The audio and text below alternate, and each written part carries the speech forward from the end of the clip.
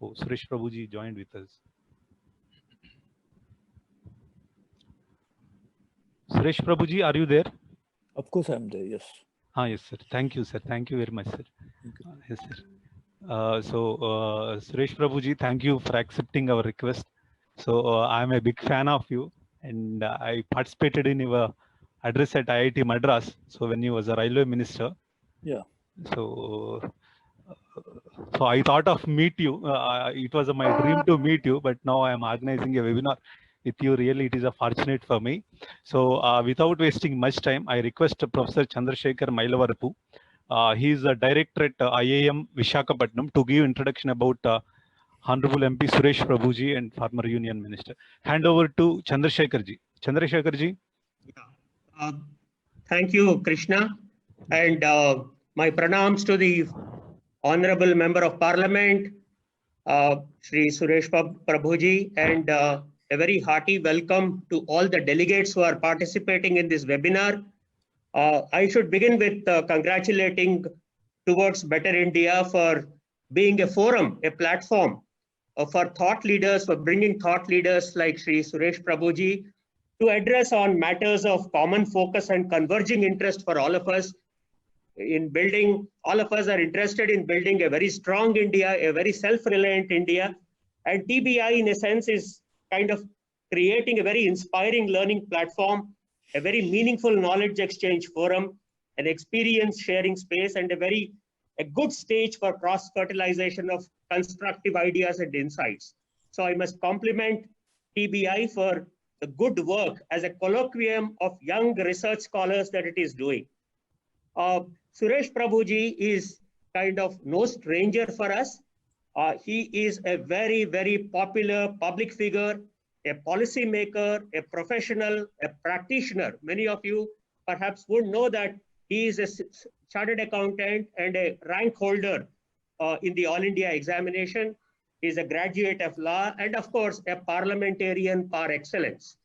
And it's a kind of a proud privilege for us who are from Andhra Pradesh that he is representing us in the parliament. He is a Rajya Sabha member from Andhra Pradesh, and many of you would also know that he is the India's Sherpa at the G7 and G20 high table meetings.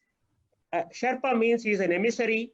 He is the voice of the government. He represents the interests of the government at the high table. He represents the country, represents the interests of the government.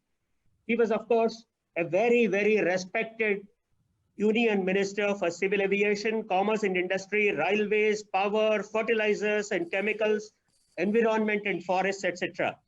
And his talks have always been very, very engaging, educating and enriching because they are very, very crisp. He speaks from the bottom of his heart. He speaks with a lot of clarity of thought, clarity of expression, and his arguments are always very, very cogent. And above everything, those of us who have heard him, we know that Suresh Prabhuji, as Swami Vivekananda mentioned about the good traits in a human being, he is a personification of humility, honesty, humanism, and harmony. So it's actually a very proud privilege to welcome Suresh Prabhuji to address today's webinar. Sir, we are all ears, and I'm sure at the end of the session, you would have been richer by the thoughts you are going to share in this webinar. Thank you so much, sir. So, thank you very much. And I really appreciate this opportunity to meet so many of the distinguished people at the same time, in the same frame. I'm sure I don't fit into the frame knowing all of you who are there into such distinguished people. But nonetheless, getting such an opportunity, it's an honor for me and I really appreciate and thank you for that. Professor, actually, if you don't mind, what we'll do is I will not speak for too long and I will leave as much time as possible for the question answer so that at least rather than me telling you something, I will rather answer your questions. I think that would be a little better thing.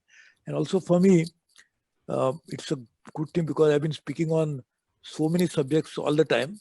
So therefore, I don't rather want to give only my thoughts to you rather than hear from you and also then together we can think.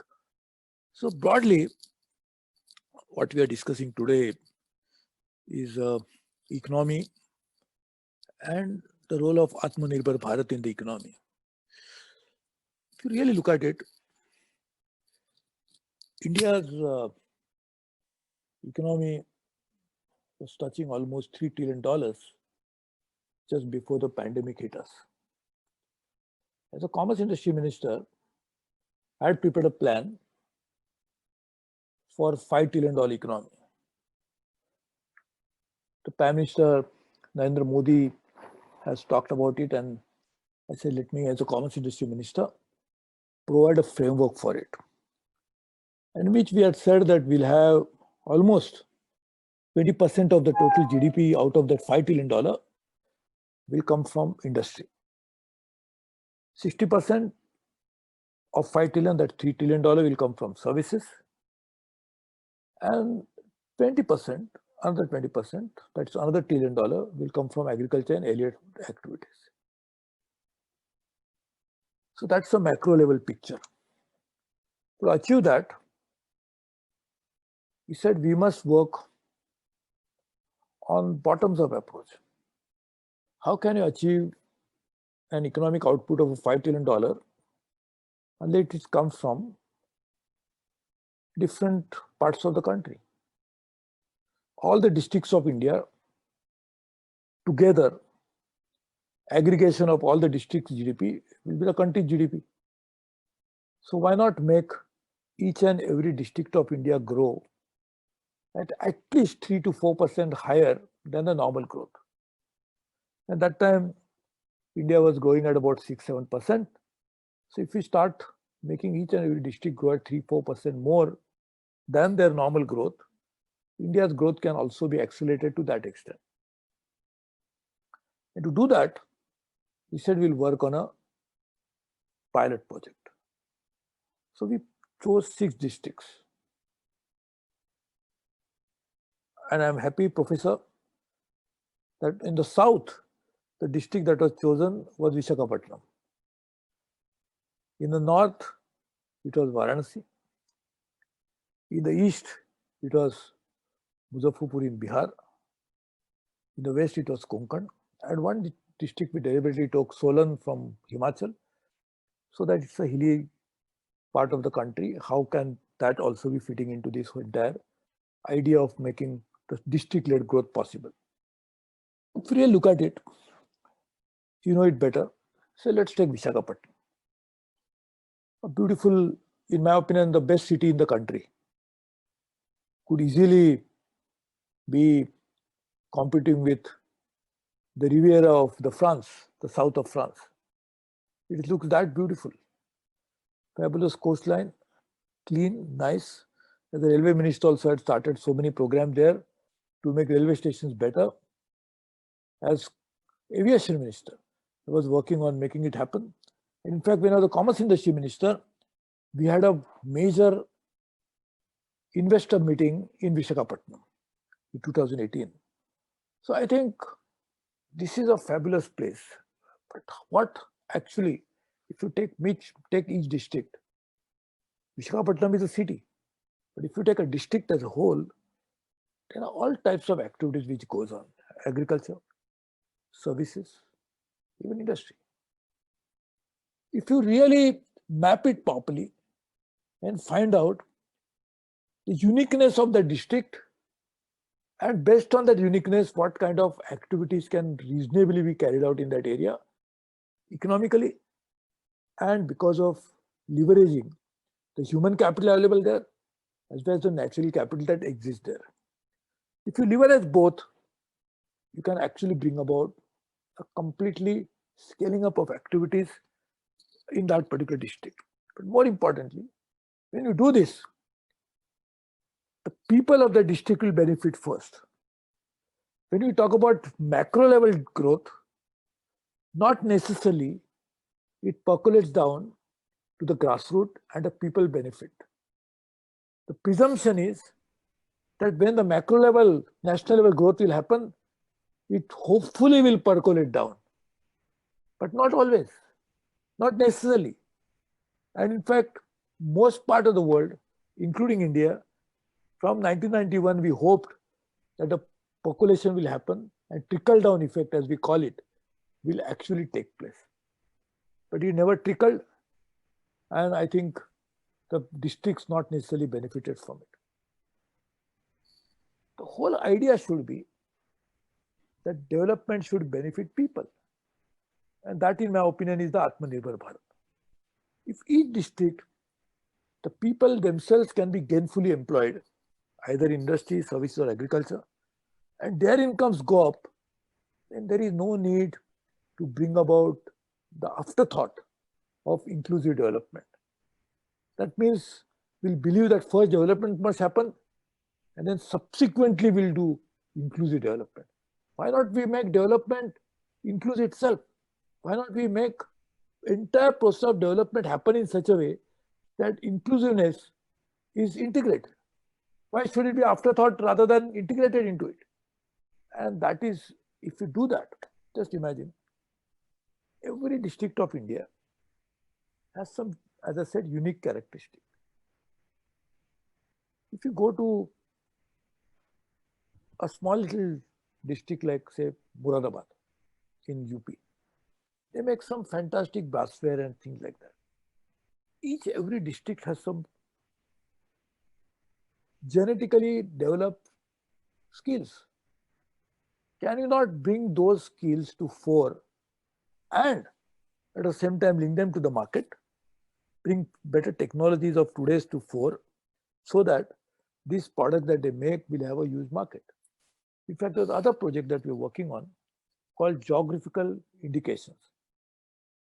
If each and every district's uniqueness can be captured and therefore assigned only to that district, then the intellectual property rights related to that will be available only to the farmers or the artisans of that particular area. And that's how it should be. The people who have developed those skills over a period of time, and it is now part of their DNA and it is going on from generations together, can you not make them benefit from it? And if you do that, we'll be able to develop a different kind of economy. On one hand, at macro level, we must work on this $5 trillion economy which I was talking to you about, by making infrastructure investment, by changing the way we do business and many things. But if you make it to district, each district then automatically can have a potential to grow faster. Also, my idea was that every district therefore has to contribute to the growth, then the entrepreneurship of that district must be allowed. So the district administration must be responsive to the needs of the entrepreneurs or the farmers or the artisans of that area. They should work as facilitator for growth. So if you do that, you can imagine the transformation that will happen in India. The people will feel that I am on my own, I'm standing on my own feet, I'm earning my own money, and not just I'm earning my money. I'm not just getting income, but I am also gaining some sort of respectability, honor, status about my own self. That's what should be the guiding principle for Atmanirbhar Bharat. And I think in today's world, while we do this at national level, at local level, which I mentioned, if you look at the global trends, the world is turning inward. The benefits of globalization which some countries got, for example, China benefited immensely after joining WTO.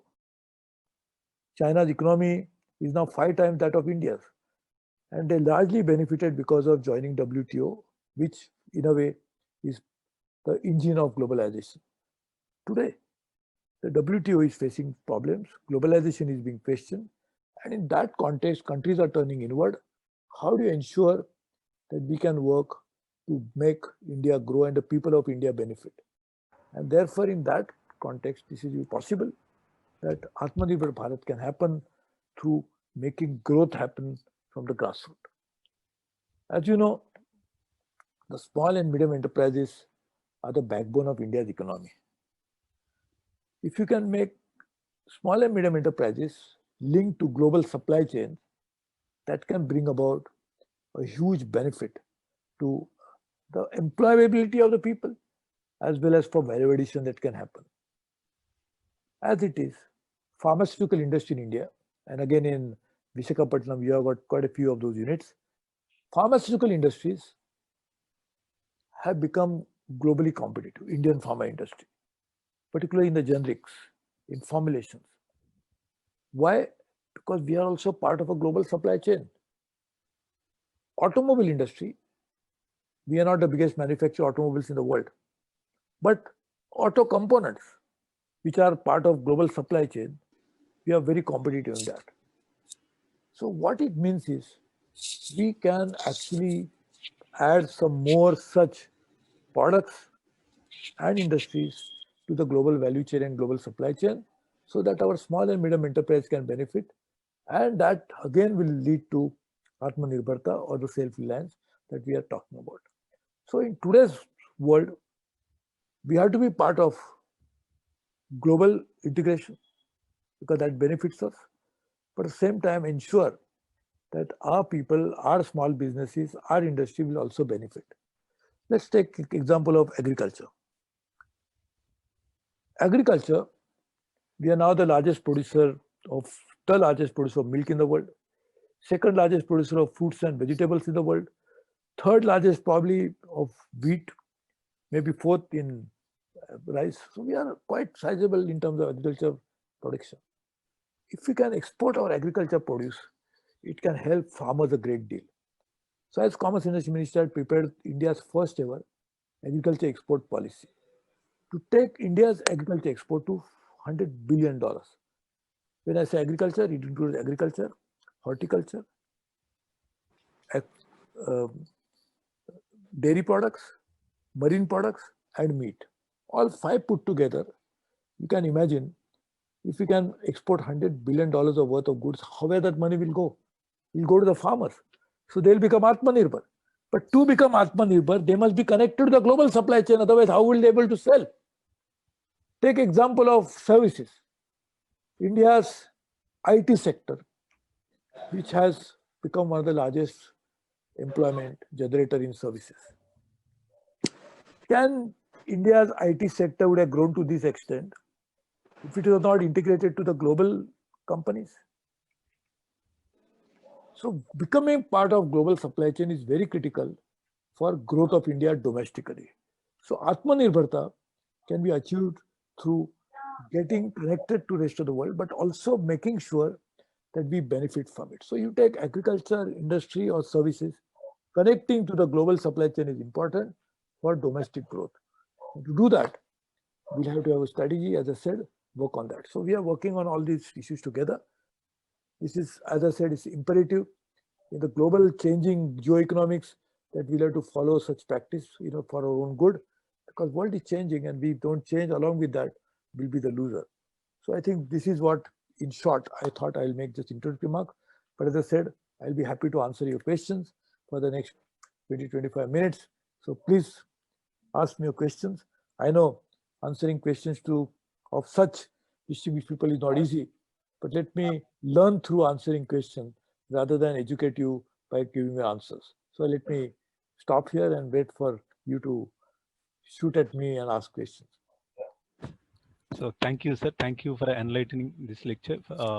Now I request Professor Tej Pratap Singh ji. He's a senior professor at BHU.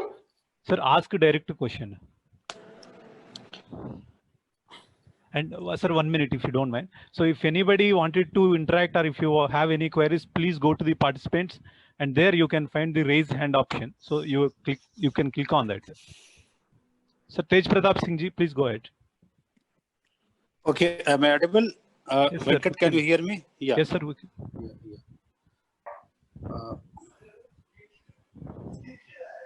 Thank you so much, Venkat. Sir, it was a pleasure to listen to you, Suresh Prabhu, sir. And I still remember the first time I heard you in Delhi Sustainable Development Program, where you spoke extensively on environment long back, I think 10-15 years back. Yeah. And after that, this is the second time, Suresh Prabhu, sir, I'm listening to you. I am from Banaras, sir. So you told us that Banaras is one of the district which has been identified by the government of India for this development program. So Banaras, sir, you identified three sectors: the agriculture, the industry, and the services. If you take all these three sectors, all these three are predominantly present in Banaras. I will keep the service sector on the top because Banaras is known for its tourism, known for its ghat, known for its temples, and millions of people, tourists visit this place, and even many foreigners are also coming here. Yeah. So service sector is booming here in Banaras. The second sector that is important is industry. Industry is also very important in Banaras. The Banaras sari industry is famous. And the third is the agriculture. In agriculture, also the Banaras is contributing a lot. But sir, in the sari sector, here we have seen that the sari sector is being dominated by the supply of the cheap Chinese yarn. So जो चीन के जो सस्ते धागे हैं, they are replacing our own domestic yarns. And in fact, now the China has also entered into the sari business here. And now I have interacted here with the people, and they said that the Chinese yarn is much cheaper and that the sari becomes cost effective if you are using the Chinese yarn. So sir, the government of India whether has any plan, since you have been the part of the government also, to stop the increasing use of Chinese yarn in here, the Banaras sari industry, and promote the local yarn. And secondly, sir, since you are more known for your work in the field of environment, and you are also Sherpa, as Work Banker introduced you to us. So here in Banaras also, because of the booming service sector, because the large number of arrival of tourists and pilgrimage, etc., the Ganga River has been affected here. The Ganga pollution is the main concern in Banaras here. So here also, sir, as an environmentalist, so will you strike a balance between the manufacturing, the growth, the industry, service, etc., and to preserve the purity of the environment also. So, sir, being a Banarsi, I am a professor here in Banaras Hindu University. I would like to know from you what are the government of India's plan, and what is your personal view that how this development and the environment, both those things can be put together, and a balance can be struck between the development and environment. Thank you so much, sir. Firstly, I really appreciate you're a Banarasi Babu, so I think that's very important. So that makes all the difference. I'll tell you something, there is a very long-term program of Government of India called, first it used to be called as Ganga Action Plan, GAP. Way back in 1998, when I was the Environment Minister, I was responsible for it. As you know, there is a Professor Mishra, who was Yes, sir. also a BHU professor. Yes, sir. And but also the Akhada, Hanuman Akhada, he was a Pithadish. He is a Mahant of Sankat Mochan Temple. Yeah. So the Ganga, cleaning of Ganga is absolutely a priority, but at the same time the challenge. The challenge is because of two reasons: not source pollution, and therefore we are trying to put now many areas in which the industry which was there, which was a source of pollution, how to actually have effluent treatment plant fitted in those industry itself. The tanneries, not necessarily there, but in Kanpur and other places, was also one of the responsible reasons. And thirdly, the human bodies which are thrown into the river itself. And all of that put together has caused pollution of Ganga. Even city, municipal solid waste of cities to be dumped into the river without it getting treated. So all those plants also are being trying to be commissioned there. So I think this is one area in which we have to work. We have to improve quality of life, quality of water. And if Ganga actually gets more polluted, it will be the worst thing. I used to always say, Hum Ganga Maiya kehte hai, that means we call her mother. And the way we treat our mother is extremely deplorable. So I think we'll work on that and do that. On the other point that you ask about saris, in fact, you can make saris by two kinds of fiber. One is man-made fiber. That's what you talked about, yarn. And there are enough capacity available within the country which makes man-made fiber. So yarn is available in India, which can be bought. We need to work on the trade policies to ensure that Indian manufacturers will also be treated at par or will get benefit from it. The second fiber that can be used is natural fiber. So you can make saris from cotton. And in fact, the flavor of the season globally is the natural fiber for environmental reason. So people are happy to actually use their costume made out of natural fiber. So I think we'll have to work on that. But actually what you mentioned is something which we're already working on, is when I was a commerce minister, is to give geographic indication to the Banaras saris, because they are one of the unique blend of artistry and traditional knowledge that goes into making a saris of those kinds. So I think we'll have to work on that. But point is well taken, that government will have to also support such natural enterprises that have come up on there. Yes, sir. Thank you, sir. Thank you very much. Now, Professor Nitesh Purohit ji from IIIT Allahabad. Nitesh ji, ask direct question. नमस्कार सुरेश प्रभु जी। नमस्कार जी। Sir मेरा question जो है वो hydrogen economy के ऊपर है। Let me speak in English so that all can understand. So, sir, if you recall, in the Vajpayee government, in 2003, you people took a very nice initiative, and at the international level, actually, one alliance was created. You people created the Hydrogen Energy Board as well, and a lot of initiatives were there. $20 million corpus was created, and several other initiatives have been taken. This initiative actually could not trigger after 2004 when the government is changed. And after 2014, when again our government came, after then as well, actually the initiative is not so much there, but it is understood that hydrogen as a fuel is a very, very important technology. My question is this, what's the Atmanirbhar Bharat? We know very well since 2003 that this is going to play a very, very important role if we properly, systematically invest into this particular technology development. We should have a very many IPRs as possible. We should enter into the collaborations. We have seen that Germany buses are running. We can run so many things. So in this particular, after taking so many good initiatives in 2003, what is the current status? And since you are there in the G7 and G20, I hope that you can initiate and trigger this particular aspect. And I believe that this can give us a major boost in becoming the Atmanirbhar in the energy sector. And as far as the electrical vehicle is concerned, you know it, there is the other lobby which is pushing this particular thing. But dependence on the lithium battery, and China is the biggest owner of the lithium, all the lithium. So that's why the point is, instead of electrical vehicle, why shouldn't we come back to the hydrogen economics and explore the possibilities there? So over to you, sir, please. Which technology you said mentioned? 2003, which technology? The hydrogen fuel technology. Okay.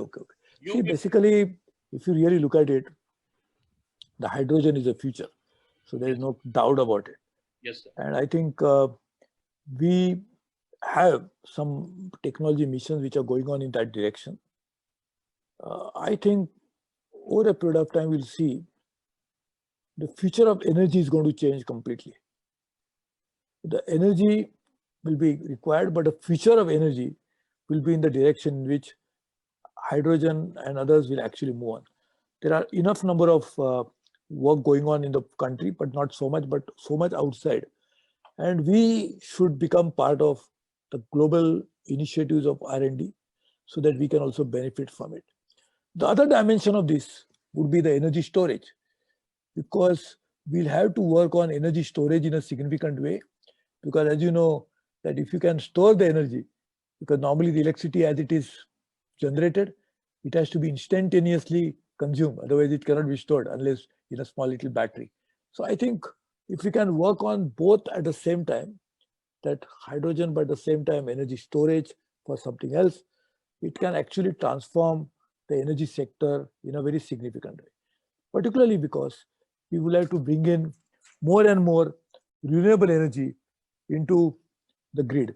And if you want renewable energy, then energy storage will become extremely critical, because unless you can store the renewable energy, will not be able to use it when it is available.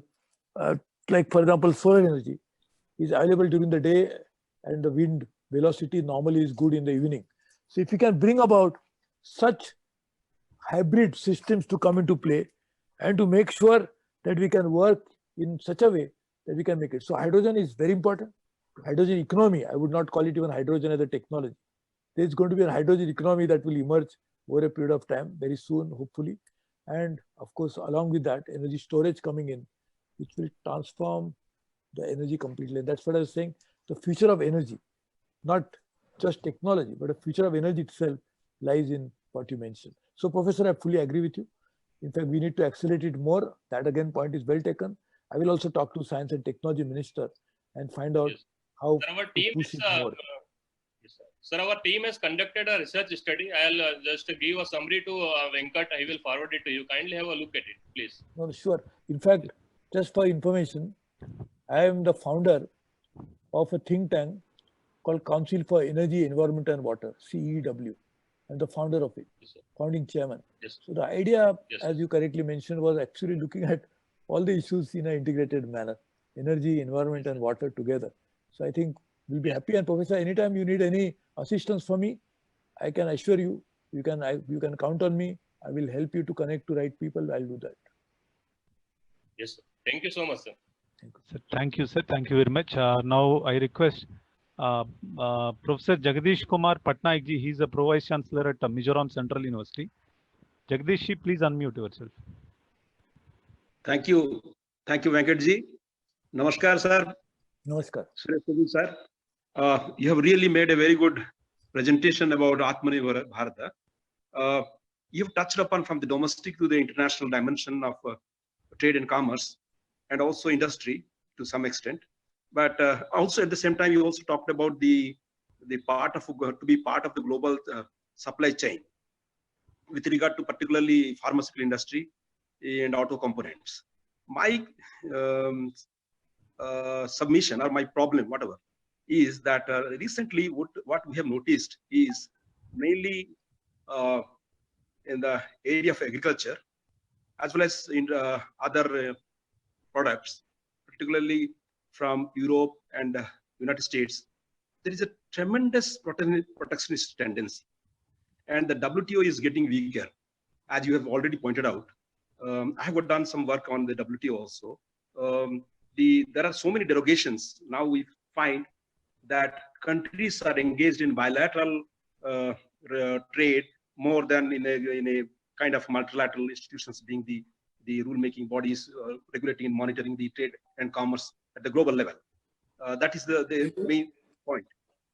Yes, sir. The next point is I would like to just want to hear from you how these multilateral institutions would be helpful for us in making this, particularly this G7 and G20, of which you are the Sherpa. And G20 is, in my opinion, does it really benefit India to become Atmanirbhar Bharat to the extent we want it? Because there are many other countries, including China and others, who have made has got a very dominating role. And these things, these institutions and these groupings, they do not accrue much of benefit to us in the sense that the bilateral trades, the bilateral relations, they are more important for us than to be part of the global multilateral institutions. That is one. Second dimension is that now globalization is now weakening, and there is no reverting back to the thing. But rightly, the Prime Minister of India has made Atmanirbhar Bharat the slogan, the clarion call, given this kind of the weakening of this globalization process. So, in my opinion, I want you to respond to some of these issues that would be useful for us to understand how do you connect yourself to these issues, to this India becoming the Atmanirbhar Bharat. Thank you, sir. Please. If you really look at it, becoming part of the global order is no longer a choice. It's a must. It's a necessity. It's a absolutely imperative that India becomes part of a global order. Now, global order, you can become part of it either talking to each and every country separately, or we have a collectively talking to people. Like in, say, case of a trade union movement in the country, any country, you call it collective bargaining. Because if you expect individual employee to go and talk to the employer and sort out their problem, it will never work out because he doesn't have the capability to compete with or have a bargaining power with the employer who is much stronger than him, and he has employed him. So we're going to talk to him like that. So the collective bargaining is what we have accepted as a principle globally, and even ILO has accepted it. The same way, if you want to deal with trade issues, one choice is to talk to individual country and sort it out. Other is to multilateral platforms.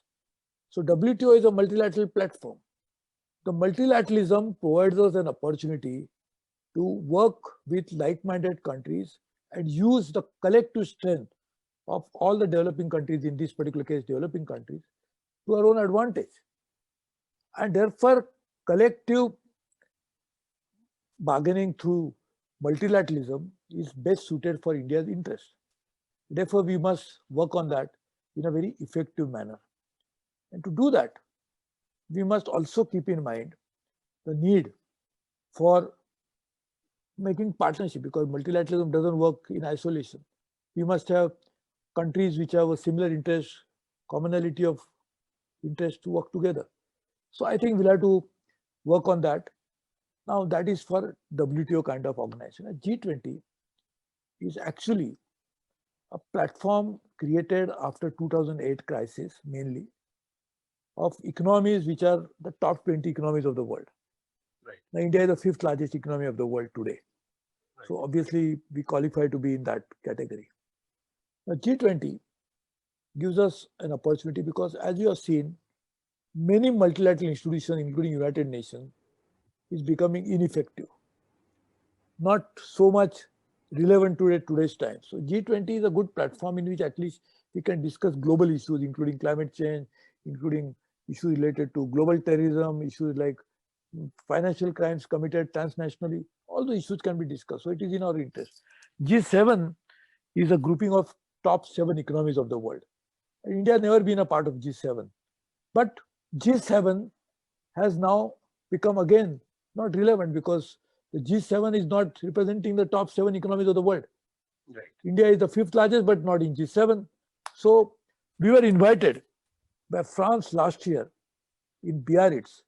When Prime Minister Modi was invited, I was also there for that meeting, in which we discussed about the potential of working together along with the global community.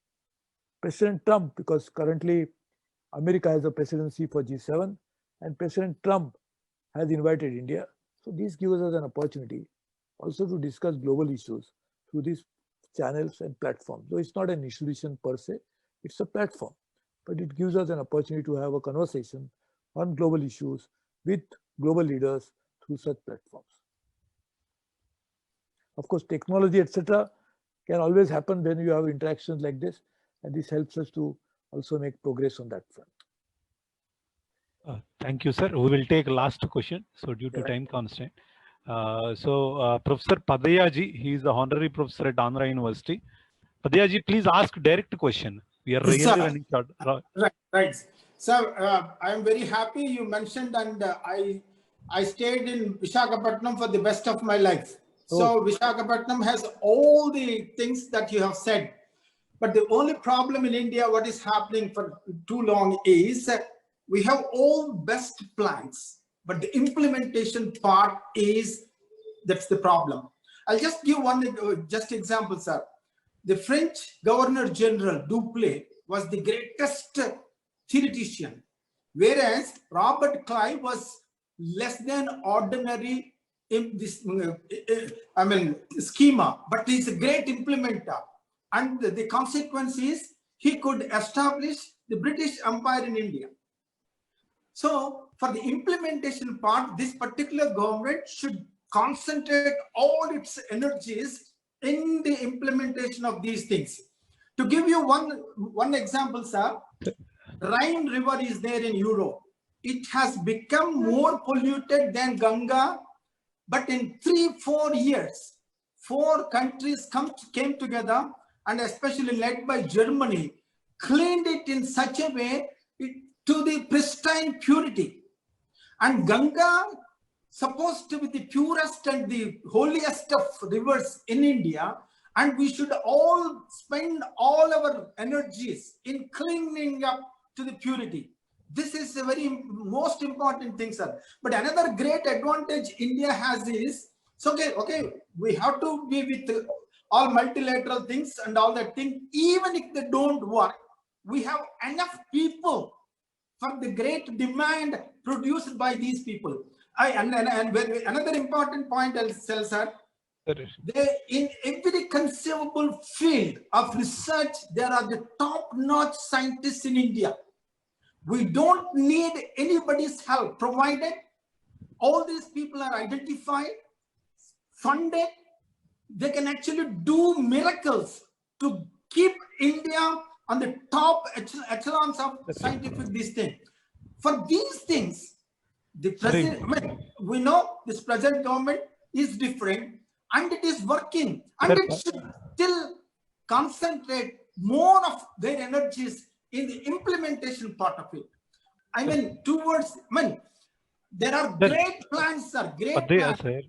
Sir. Sir, if you have any question, ask, because sir has given for us 30 minutes itself. We extended. Right.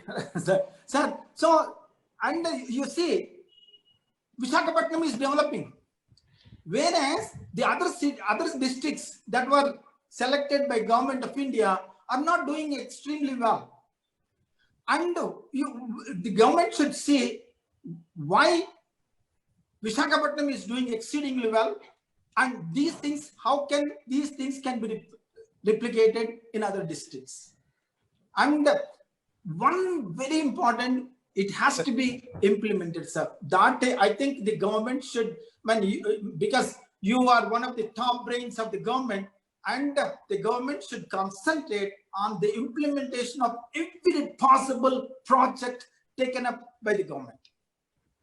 No, I really appreciate your ideas. I can assure you one thing, I'll definitely keep it in mind to follow it up. And I know, Professor, I don't know where you stay, but I will, if you're not, as it looks like you're not staying in Visakhapatnam anymore, but I will find out from a friend and I'll come and meet you one of the days. Visakhapatnam, sir. No, we can continue this conversation more. But I can tell you what you have mentioned to me is a very good suggestion, very good idea. I will definitely follow it up. I can assure you that. Thank you very, very much. Thank you.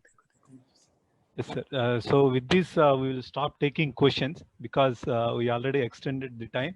So my sincere apologies to all others, because more than 10 vice chancellors has joined in this meeting, but no vice. We did not give single chance to the vice chancellors also, because people has raised hand. So we have given chance to them. Our sincere apologies for that. So we will have another session with Suresh Prabhuji. Anytime you want, I'll be available. Yes, yes, sir. Yes, yes, sir. So thank you, sir. Thank you, Suresh Prabhuji, for giving a time to us, and it was a wonderful lecture, and it has enlightened us. So thank you, sir. Thank you very much, sir. So thank you everyone to joining this session. Thank you. Really appreciate. And I also join my friend Venkata in saying that sorry, those who questions could not be answered. So I owe it to them. Anytime you call me again, I'll be there to do that. Thank you very much. Thank you very much. Thank you, sir. Thank you very much. Thank you.